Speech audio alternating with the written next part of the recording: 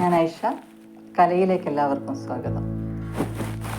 ലോകപ്രശസ്ത കേരളീയ Indian ചിത്രകാരി ആരാണെന്നറിയാമോ? TK. Padmini.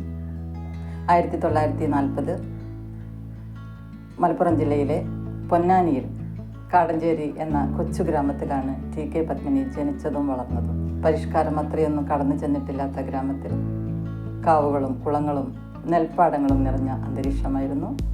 അവിടുത്തെ കൃഷിരീതി, ഗ്രാമീണ ജനങ്ങൾ, ഇവയെല്ലാം തന്നെ കൊച്ചു പത്മിനിയിലെ കലാകാരിയെ സമാനതകളില്ലാതെ വളർത്തി.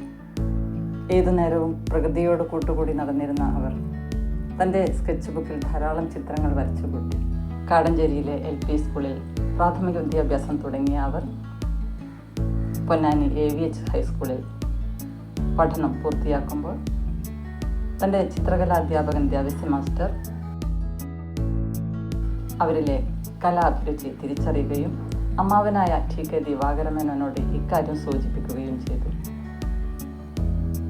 അന്ന് മദ്രാസ് സ്കൂൾ ഓഫ് ഫൈൻ ആർട്സിൽ നിന്നും ചിത്രകല പഠിച്ചിറങ്ങിയ നാട്ടുകാരൻ കൂടിയായ ആർട്ടിസ്റ്റ് വാസുദേവൻ നമ്പൂതിരിയോട് അമ്മാവൻ ഇക്കാര്യം പറഞ്ഞു.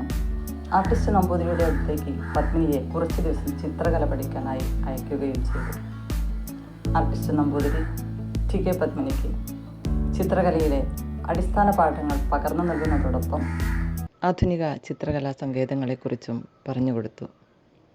എന്നാൽ അക്കാലത്ത് ഉന്നത വിദ്യാഭ്യാസത്തിനായി പെൺകുട്ടികൾ വീട് വിട്ടു പോകുന്നതിനെപ്പറ്റി ആലോചിക്കാൻ പോലും ആകുമായിരുന്നില്ല. തൻ്റെ കലാജീവിതത്തിൽ എന്നും താങ്ങും തണലുമായി നിന്നിട്ടുള്ള അമ്മാവൻ ടി.കെ. ദിവാകരമേനോൻ എതിർപ്പുകൾ മറികടന്ന് പത്മിനിയെ മദ്രാസ് സ്കൂൾ ഓഫ് ഫൈൻ ആർട്സിൽ ചിത്രകല പഠിക്കാനായി ചേർത്തു. ഇത് ഇന്ത്യൻ കലാചരിത്രത്തിലും പത്മിനിയുടെ ജീവിതത്തിലും ഒരു പുതിയ അധ്യായം തുറന്നിട്ടു. പ്രസിദ്ധ ചിത്രകാരൻ KCS പണിക്കർ മറ്റ് പ്രഗത്ഭരായ അധ്യാപകരുടെ കീഴിൽ പത്മിനി ചിത്രകല ഔദ്യോഗികമായി പഠിക്കാൻ തുടങ്ങി. അപാരമായ സർഗശേഷിയും ആത്മസമർപ്പണവും 6 വർഷം കൊണ്ട് പൂർത്തിയാക്കേണ്ടുന്ന പഠനം വെറും 4 വർഷം കൊണ്ട് 1 റാങ്കോടുകൂടി പൂർത്തിയാക്കാൻ അവർക്ക് കഴിഞ്ഞു. ധാരാളം വായിക്കുമായിരുന്ന അവർക്ക് രേഖാചിത്രങ്ങളോടായിരുന്നു ഏറെയും പ്രിയം.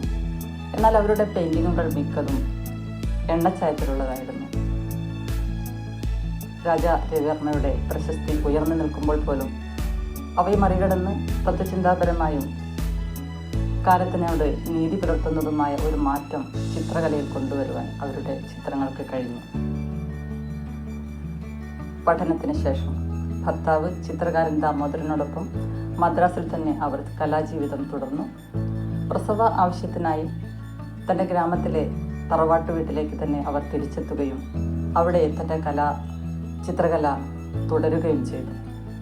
പട്ടം പറത്തുന്ന പെൺകുട്ടി എന്ന ഒരു ചിത്രം അവിടെ വെച്ചാണ് അവർ ചെയ്തത്. ഈ ചിത്രത്തിന് മായ എന്നുകൂടി പേരുണ്ട്. ഇത് അവരുടെ അവസാന ചിത്രമായിരുന്നു.